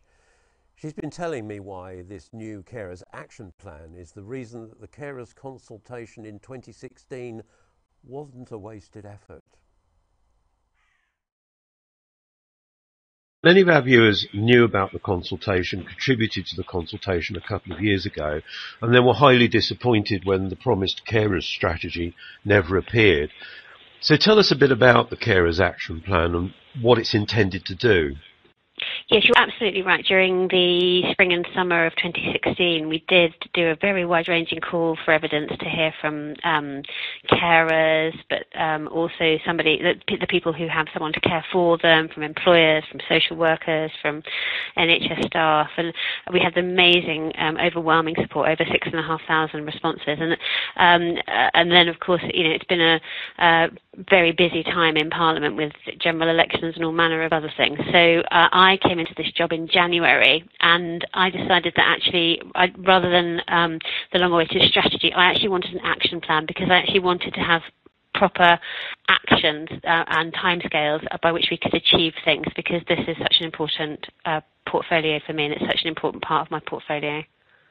So how are you going to make sure that this plan makes a real, actual positive difference to the daily life of carers? So the most important thing about this plan, because often we've had action plans in the past which have been very single government departmental focused, and I was very keen that this wasn't going to be just about the Department of Health and the social care, because when we sat down and looked at it, I said, well, what are we doing for young carers? And they said, well, that very much falls under the Department of Education. And I said, so we need to get them involved. And then I said, what are we doing about supporting carers in employment to make sure that those who want to stay and work can do, and that those who want to return to work feel supported to do that? And they said, well, that's very much the remit of the Department for Business. So I said, we need to get them involved. So basically, it's been a big work in progress, making sure this is truly cross-departmental. We've got everybody from the MOD to Culture, Media and Sport, the Minister for Loneliness. They've all had a hand in preparing this document so that it's truly embraced across government. And that means that every government department has committed to take forward certain actions, and I'm going to be holding my own biannual meetings to keep up the momentum on this, to shine a spotlight on the success and to explore areas where we need to do more. And I think that will really help when we work with stakeholders and we get feedback on how the implementation of the plan is going so far, so that it's really having its intended impact. There's no money going with this. There's no ring-fenced funding. So in these days of tough financial pressures, how are you actually going to make any progress at all, no matter how positive and determined you feel about it personally? Well, this bit was never about the sort of long-term funding. That's what we're doing in the Green Paper. The Green Paper is coming out later on in the summer, and that was always going to be about the long-term sustainability, the big questions around funding. This was all about starting the conversation and beginning the changes that we want to see, where carers have told us actually we can make small changes to really support them in the way that not just the government works, but the way that local authorities work, in the way that the communities pull together, and the way that businesses and employers support carers. So that's why it does things like, which aren't massive big ticket money items, but are actually fundamentally vital for carers, such as the project to help identify young carers, because often the young people who are fulfilling really quite important caring responsibilities often don't see themselves as carers. They don't self-identify, especially if they come from some of the more harder to reach communities. So it's really important through the Department of Education that we make sure people are equipped to identify where those carers are, so that we can put in place the package of support they need, because actually we know that those young people, if they're not supported at the right time, they may never go on to achieve their own aspirations and ambitions in life, because they'll be held back by the incredible caring support that they showed others. And it's things like that which are just small changes that every government department can do that make a world of difference. It sounds a little like marginal gains in sport. Well, it's about a package, isn't it? And it's also about changing a culture. It's about changing a culture where everybody identifies the incredible commitment that carers make across the country, how much money they save the government, you know, the huge contribution they make to our country, and how we must all do our bit to support them. So that's everybody from employers right the way to community groups and charities. But of course, the government's got a really important role in this. And I think, you know, by collectively working across government, it was a really good way of identifying all the pulling all the threads together and making a really good start. Now, I don't presume for one moment that this is the answer to everybody's questions. It certainly isn't that. It's the start of a conversation. And it's the start of a conversation which we're going to pick up on, and we've committed to pick up on once every 6 months to check how it's going and check what more needs to be done. And I think that's a much more healthy way of approaching it. It's a much more action plan than a strategy, because every step of the way we'll be sitting down and looking at how far we've come, how far we still need to go, and what we need to be able to do to achieve that. You can be sure that our viewers will be checking on your progress probably more frequently than once every 6 months or so, as no doubt they'll be telling us in due course. Just finally, one of the criticisms that was made of the consultation, you probably won't be aware of it, not having been the minister at the time, but there were lots of comments about it was too unwieldy. It was a 54-page online document. Indeed, young carers told us they'd rather have a pen and a piece of paper to write it down than fill in an online form. Some statistical experts said, well, it's not really statistically significant, the amount your responses you've got, concerns about that. How do you address all that and turn it all round into something positive to move forward with? Well, of course, I mean, we did have thousands of responses to the call for evidence, but you know, that was just part of the engagement that we've done with all manner of our incredible stakeholders and others. So I like to think that we've picked up on some of the really key points that they've all been making to us over the recent years, and we're never going to get it right first time. We're never going to 100% nail it, but I think that I was aiming to make a really good first attempt at really beginning to make a difference and putting some really strong foundations in place for a piece of work that's going to continue on into the future. You know, I've got a real vested interest in this. My mum was a carer for my grandmother when she had dementia, and I saw the impact that it had on her life and on all of our family lives, and the toll that it can take on somebody. You know, she was incredible, and I have always had very much personal investment in making sure that we do put in place some changes that really can make a difference to people's lives. Caroline Dinenage, the Minister for Care, outlining her reasoning behind the newly launched Carers Action Plan. Carers World Radio Plus. Contacts. Call us on 0161 818 9068. 017 818 9068. You can Facebook us at news@carersworldradio.com. Find us on Twitter at #news@carersworldrad. We're on Instagram too, CWRAD. And email us on carersworldradio.com.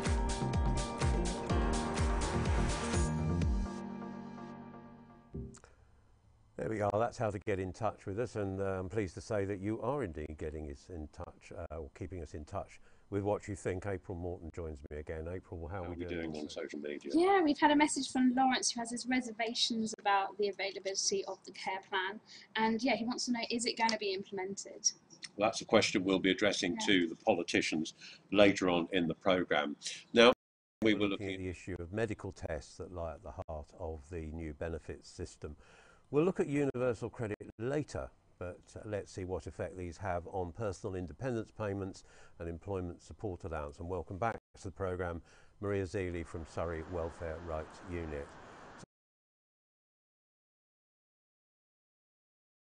Benefits. There we go. I thought I'd lost the connection then. So, I can hear you. Can you hear me? I can now see you. That's all. Can you hear me? That's the most important thing. I can hear you, yeah. Yeah? So we were talking employment and support allowance, and similarly, these tests are also applied to personal independence payments. I'm sorry, I think we're having a bit of possibly a technical issue. Okay. Can you hear me? I can hear you. Excellent, okay.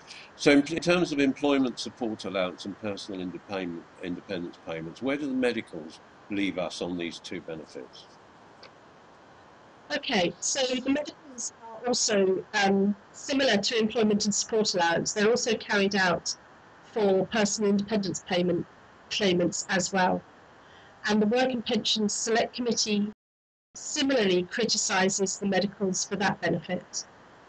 For carers, PIP, personal independence payment, is more important because it's the qualifying benefit that allows carers to claim carers allowance, similar to disability living allowance, which is now you can no longer make new claims for DLA, and attendance allowance if the person you care for is over 65.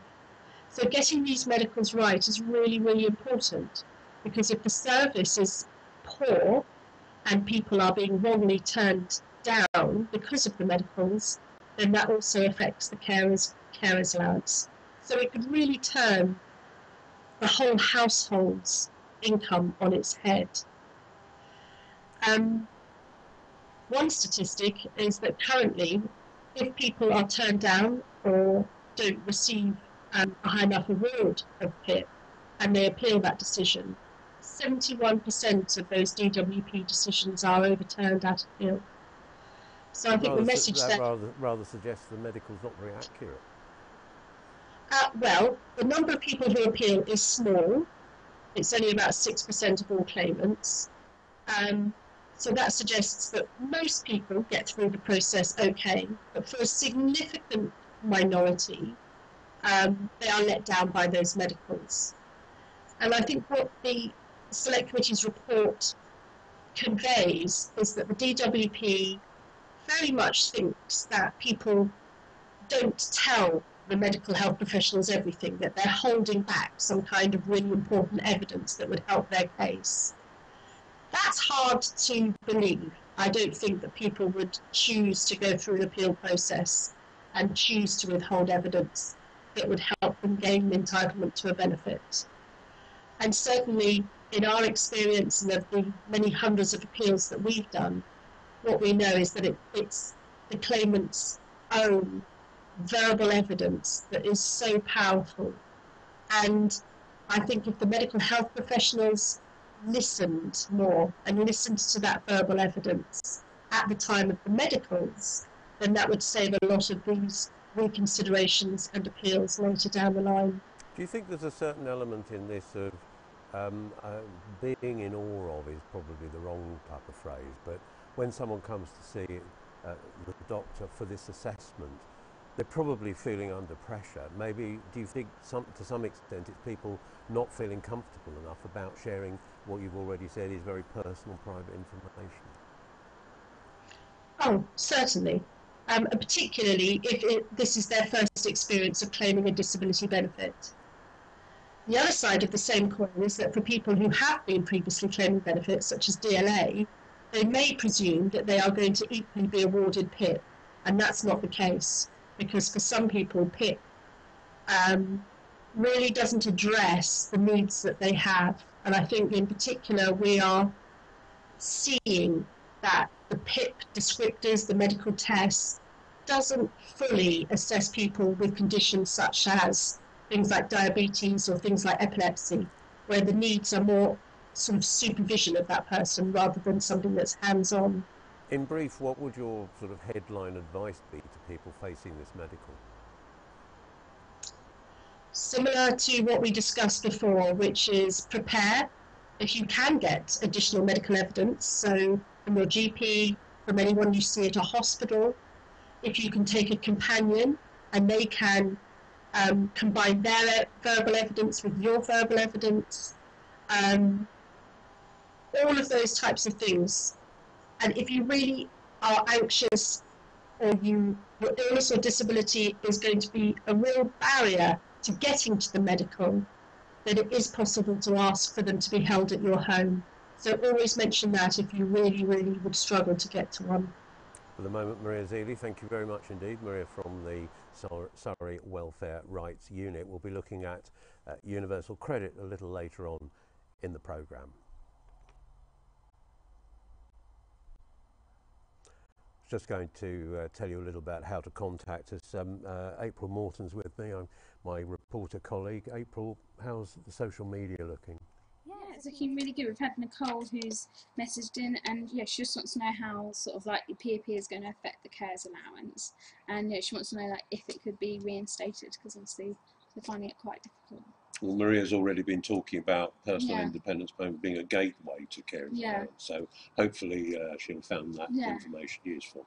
We're hearing from Maria Zealey from Surrey Welfare Rights Unit a little later on in the programme.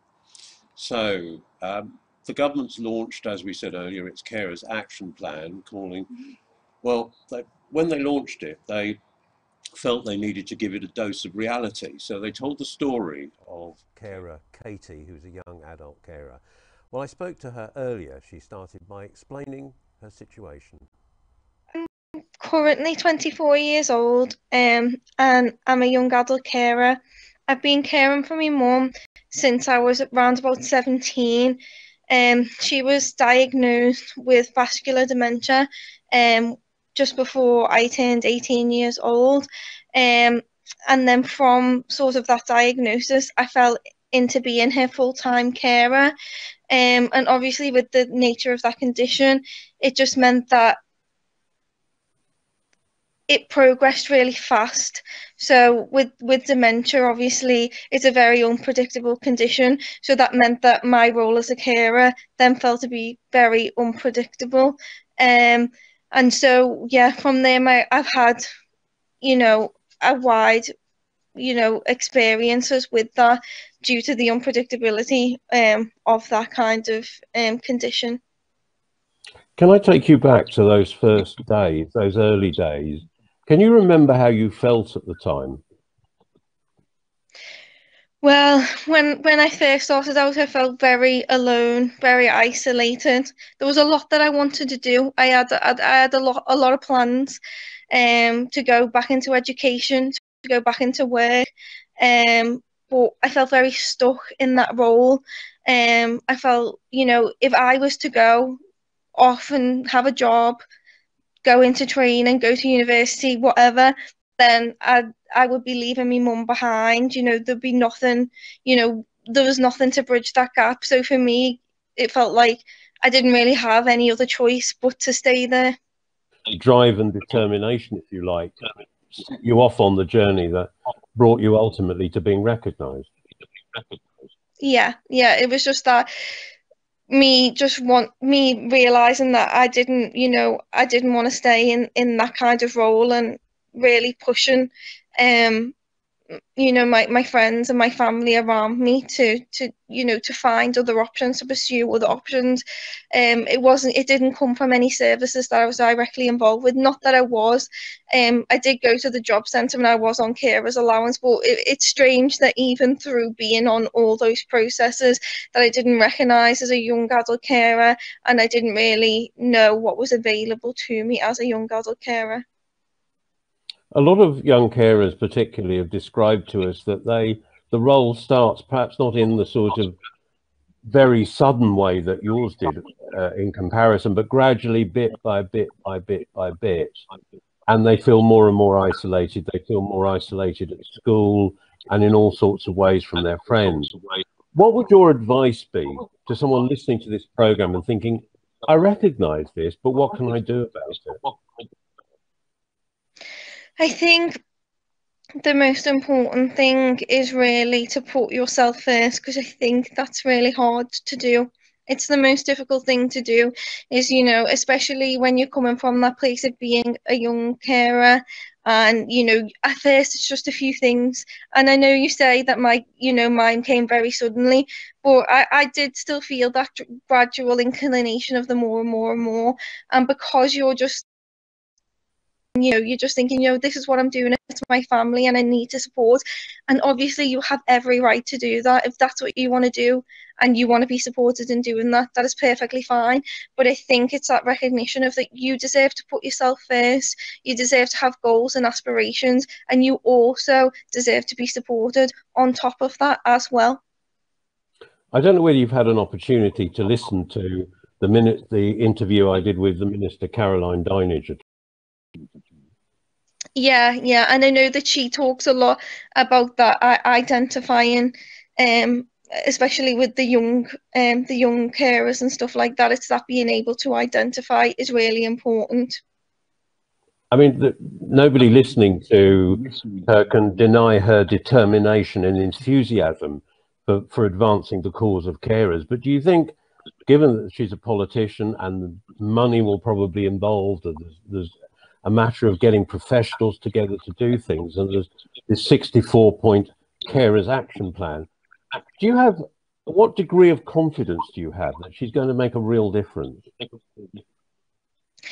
To be honest with you, what you were saying about it's these small things, these identifying, and it's these little things that make the biggest changes. I agree completely with her. Sometimes it's not always about the funding and the big money. It's just about having that ignition and that attitude. So I think I really do have a lot of confidence in her, because to me, she's speaking the right sort of things that I would want to hear.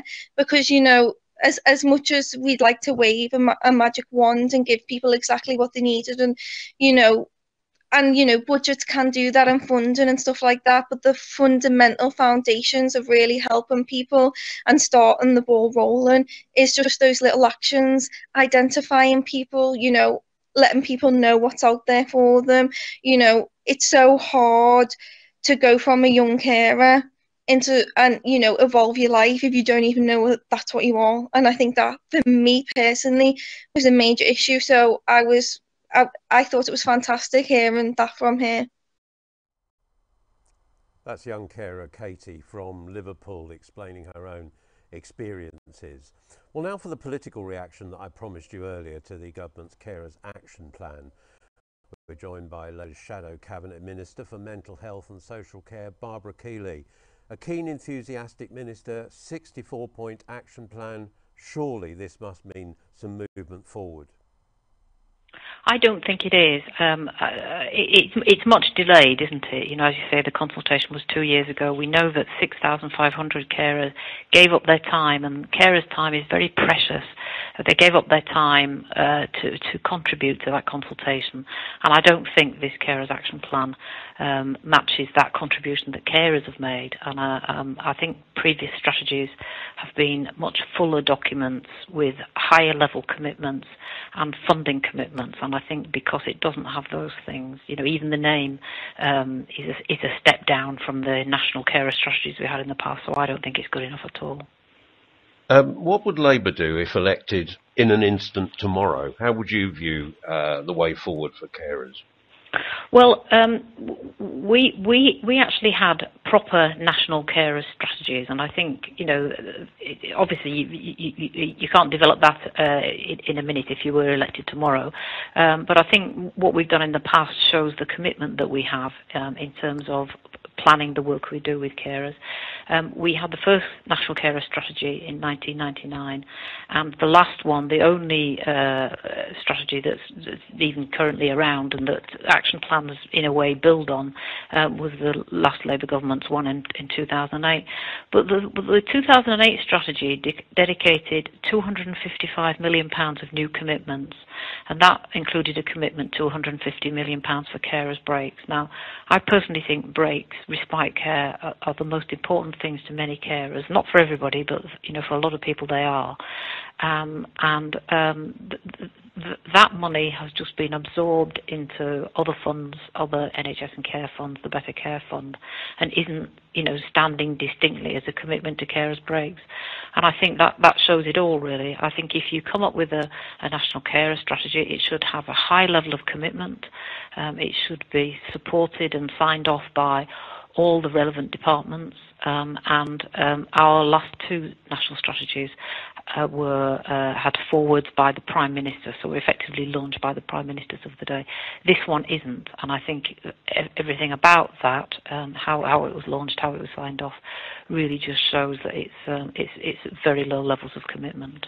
Obviously, it's hard or almost impossible for you to say how much money a Labour government would commit to it, because obviously the figures have probably all changed and the economic circumstances have changed. But where do you stand on the principle that some of our audience have suggested that funds for carers should be ring-fenced in government?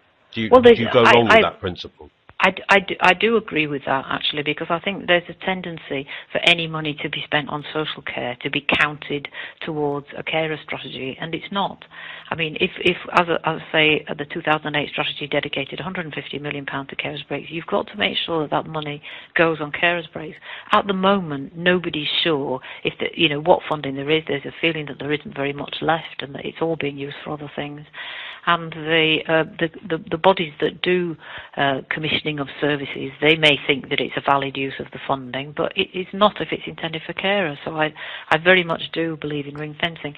This government resists all attempts at ring fencing, or so they say.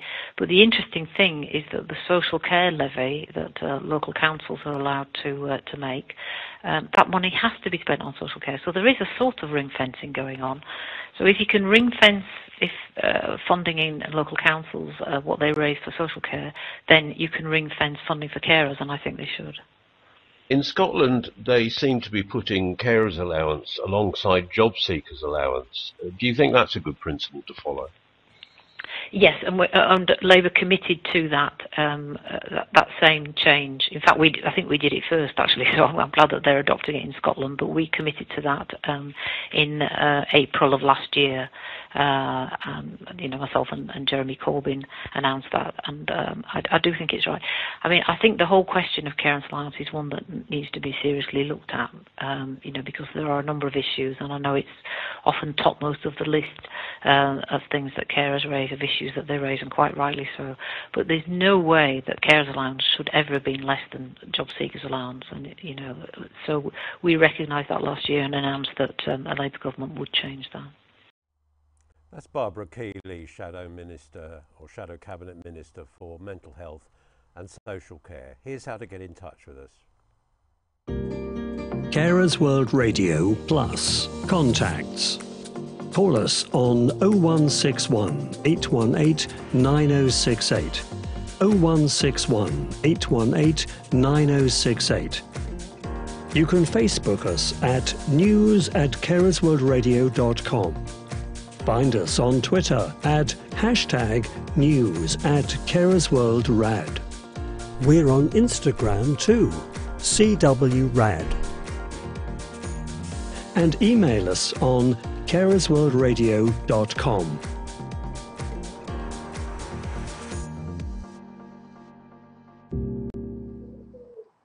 So there's how to get in touch with us. April Morton, my reporter colleague, is with me now. Bring us up to date on social media. There's been lots of support behind Katie, and many have been able to relate to her story, which is lovely to hear.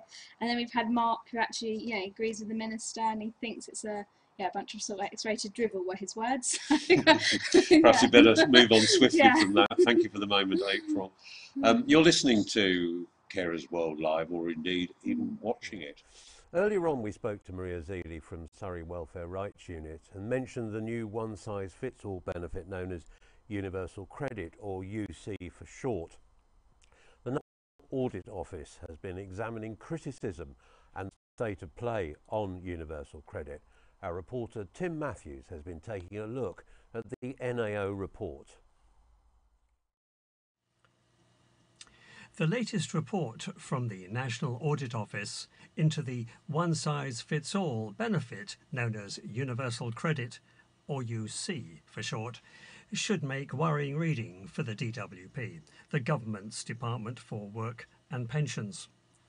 While investigators concluded that there's no practical alternative to UC as a means of controlling benefits payments because it would be too costly to return to the old ways, the National Audit Office's opinion is that it has failed to deliver value for money, taken significantly longer to roll out than intended, may cost more than the system it was meant to replace, and that the DWP will never be able to measure whether or not it has achieved its stated goal of reducing payments from £699 per claim to £175 per claim by 2024-25. The DWP does not accept that these failures have caused problems, even though 4 out of 10 claimants in the department's own survey stated that they were experiencing financial hardship. Outside the department, the NAO reports that it has seen evidence from local and national bodies that many people have suffered difficulties during rollout of the full UC service. And it's not expected to get any better. With DWP estimates of payment timelines unlikely to improve, the department even accepts that 100% payment on time will never be achieved because, by law, the DWP says that it needs time to verify claimants' eligibility.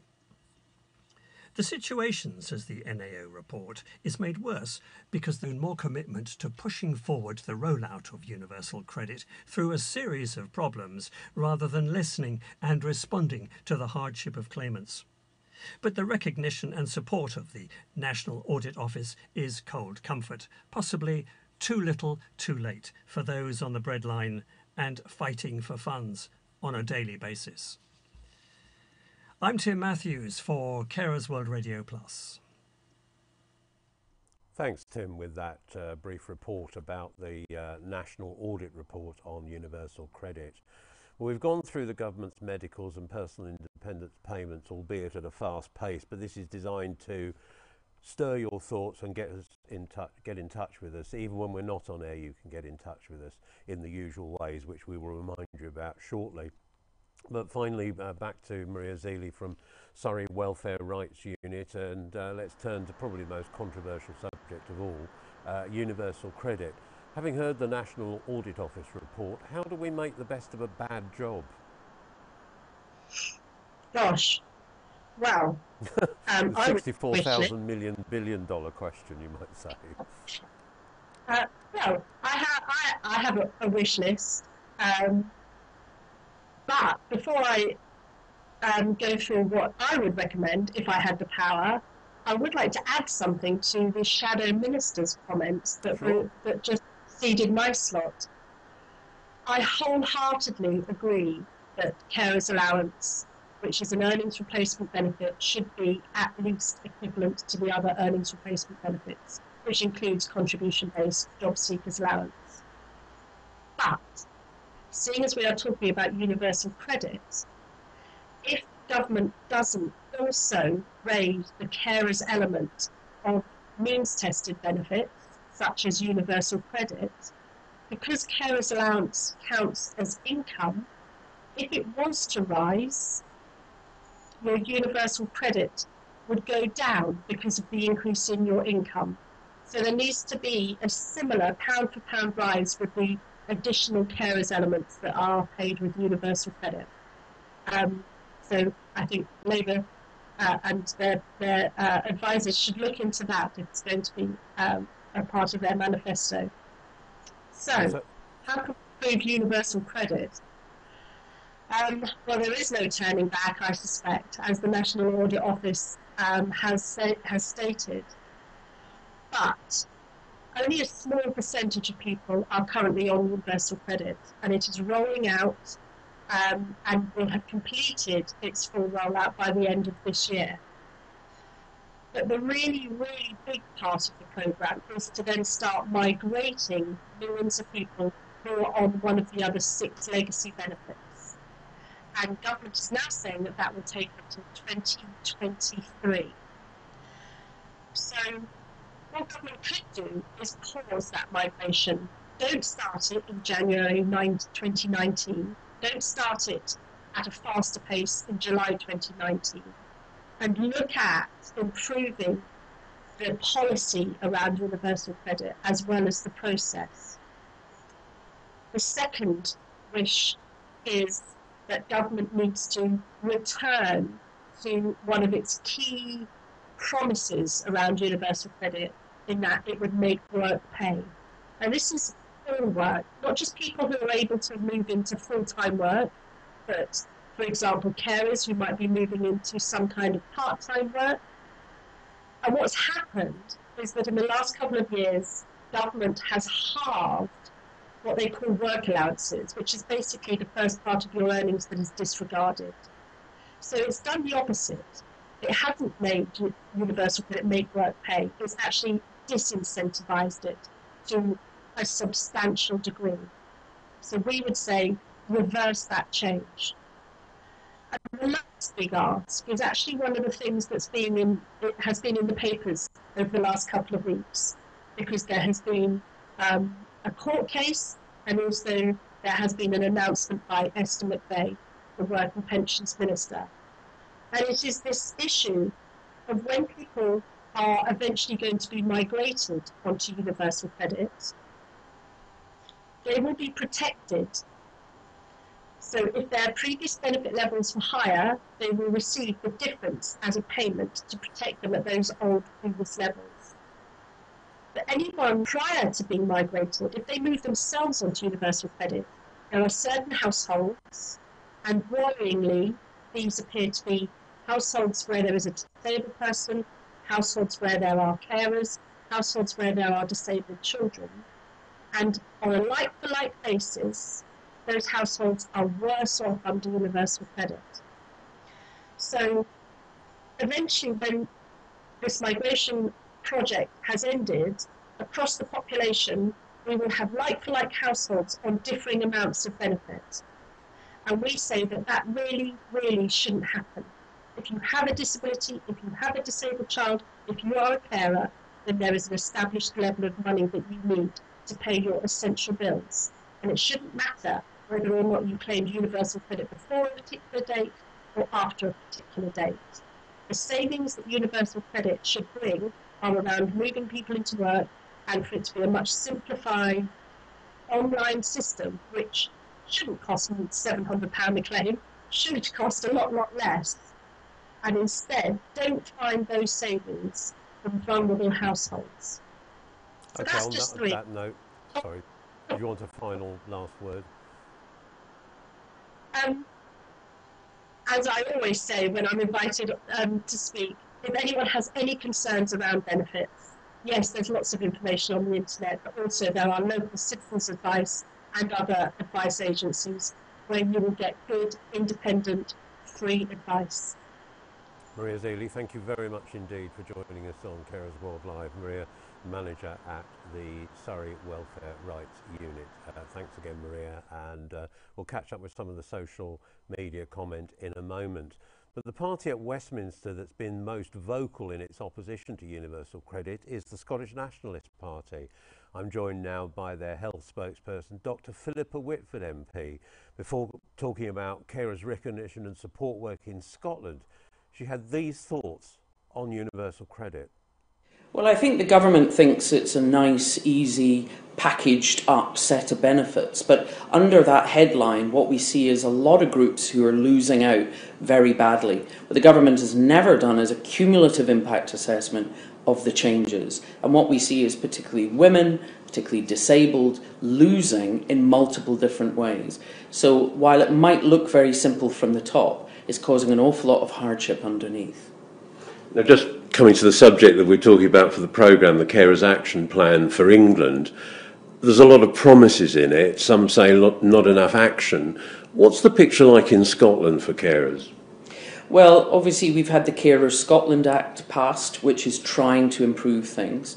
Clearly we've about 800,000 family carers in Scotland and about 45 young carers who obviously are still developing themselves and may be responsible for a parent or a grandparent. So this is trying to look at putting real help and support. And there's £135 million of funding behind some of these efforts. Now, the most important headline one would be the change in carers allowance, which will come up to at least match job seekers allowance. That's little enough as it is, but the idea that carers would be paid less than someone who's fit and healthy looking for a job has always been frankly insulting. A lot of carers in our audience will say, yes, it is a job in itself. And I know the Labour Party are starting to think about linking or putting carers allowance alongside job seekers allowance. It sounds like you might be a bit ahead of the game in Scotland. Well, it should be delivered in Scotland this year, so we are considerably ahead. We are trying to look at the broader package as well. You know, there will be carers for whom money is not the issue. It's actually things like respite, in trying to hang on to themselves, because if their lives are totally taken up in caring for their loved ones, it can be difficult to do very simple actions, but also to have some time to be themselves and be outside. So there will be support for some of the third sector projects around short breaks and also respite within the week. So that this is being tackled in Scotland from many different aspects, and particularly this recognition of young carers and the position they're in, and how that caring duty can actually affect their growing up and their development. So the Scottish Government is effectively recognising that being a carer is a job, in fact, probably a 24/7 job in some cases. And so does this go towards this feeling that carers have in our audience these days, that it's all very well they're being told, yes, you're doing a great job, and people always want to be complimented, but that's not accompanied by money in England to actually do things. How does Scotland differ on the funding point? Well, I think, as I said, obviously putting money behind the projects, raising carers allowance. Of course, people, particularly in politics, will say how much they appreciate carers. Carers save the government, whether Scottish or UK, billions of pounds in the work they do. And it can be very hard, physical and emotional work. But it's also important to help fund the projects that might ease some of that pressure. So I think to come out with fine words and no actual support is insulting to carers. And in terms of in Scotland, local versus national government, is this the national government spearheading this project, whereas in England it seems to be the government is pushing stuff onto local authorities? Well, this will be both. The Carers Act obviously was passed by the national government in Scotland. The funding that they're putting in is coming from central government. There will be a grant to young carers of £300 a year, and also particular rights that they will get to access services, to again allow them to have the kind of fun that normal teenagers would have.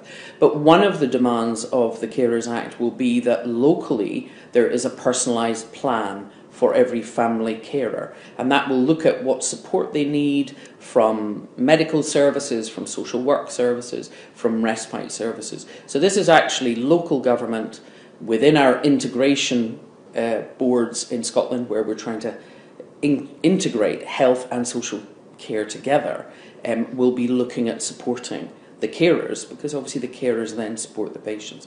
But it does require both layers of government to work together, not just toss it into the other one's pitch and say it's your problem. That's Dr. Philippa Whitford from the Scottish National Party at Westminster. She's their health spokesperson.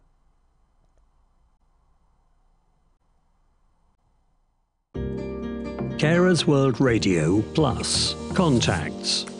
Call us on 0161 818 9068.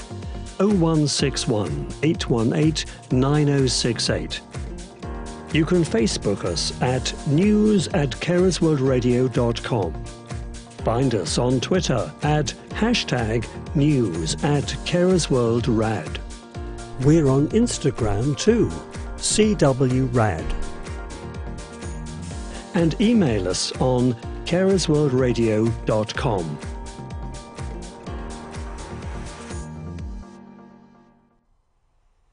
we've heard from the Minister, Caroline Dinenage, about the government's carers action plan. We've also heard from Labour's Barbara Keeley and from the SNP's Dr Philippa Whitford.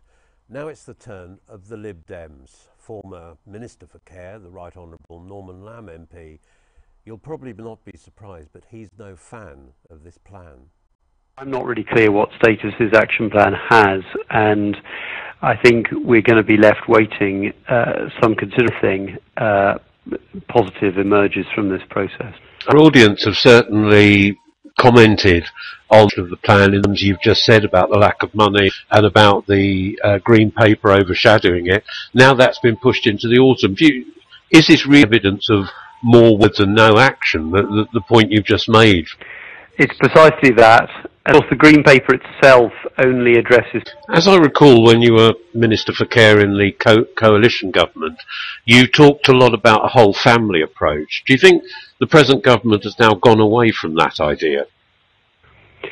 Well, I don't see much evidence of it, I have to say. And I think it would be enormously welcomed by carers if, instead of more words, more consultations, more action plans, instead of that, if we just got some clear plans of what they were going to do. So, for example, legislating to give the same rights to people in work who have caring responsibilities as to those who have children, and a right to time off work for caring responsibilities with some funding attached to it, so that it's not an impossible right to actually exercise, I think is one really important strand to this, but also recognizing that there are enormous costs attached to caring responsibilities,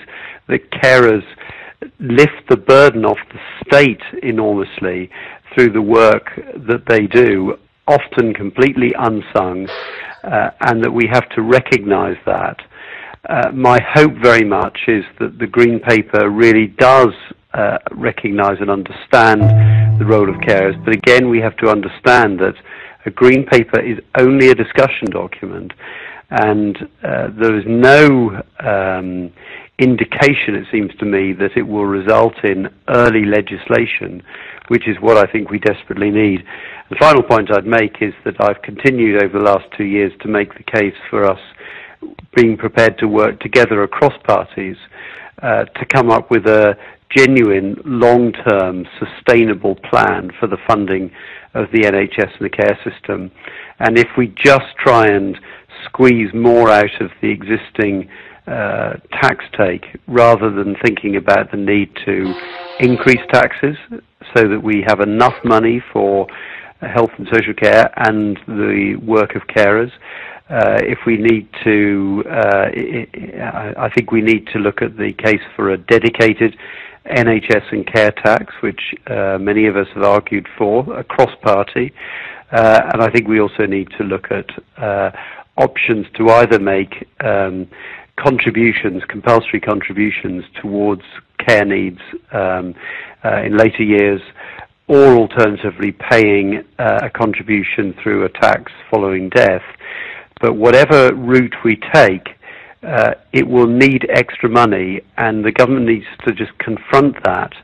So if we just try and squeeze extra money out of the existing tax take, then other vital priorities like education, like funding our police force, funding defence, all of the other important priorities will get affected adversely unless we come up with a dedicated new way of funding health and social care. The Right Honourable Norman Lamb MP, former Minister for Care from the Lib Dems. He was the Minister during the coalition years. Well, you've been very active on social media this evening. It's good to hear that, and also, you know, keep those comments coming, even if you're listening to this as a recording and not a live programme. So, April Morton, how are we doing? What's your final view across the social media? No, it's been really good. We've got Lisa from Cardiff. She says universal credits. At least I know a bit more now, which is really great. We've got Robert, love for Katie. He's really relatable, and it's a classic story, which is lots of love for her. And then we've got Louisa, who said the care action plan is a bit off, but hope they hear us and make a change. So yeah, lots of views. It's Good. really good. Thank you very much Yeah. indeed. Thank you. And as I said before, keep those comments coming, and at the end of the programme, after the credits, we'll give you our contact details again. They're also available on the Carers World home site, which is www.carersworldradio.com.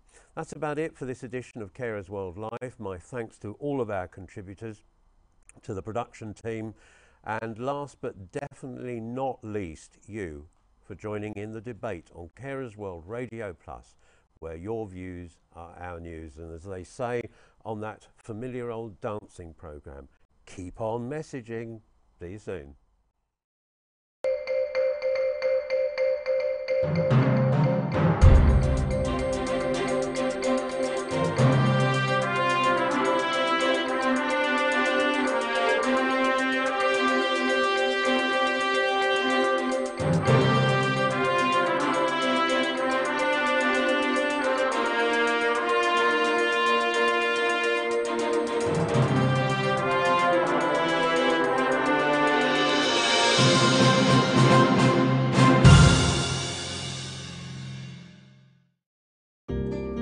Carers World Radio Plus. Contacts. Call us on 0161 818 9068. 0161 818 9068. You can Facebook us at news@carersworldradio.com. Find us on Twitter at #news@carersworldrad. We're on Instagram too, CWRAD. And email us on carersworldradio.com.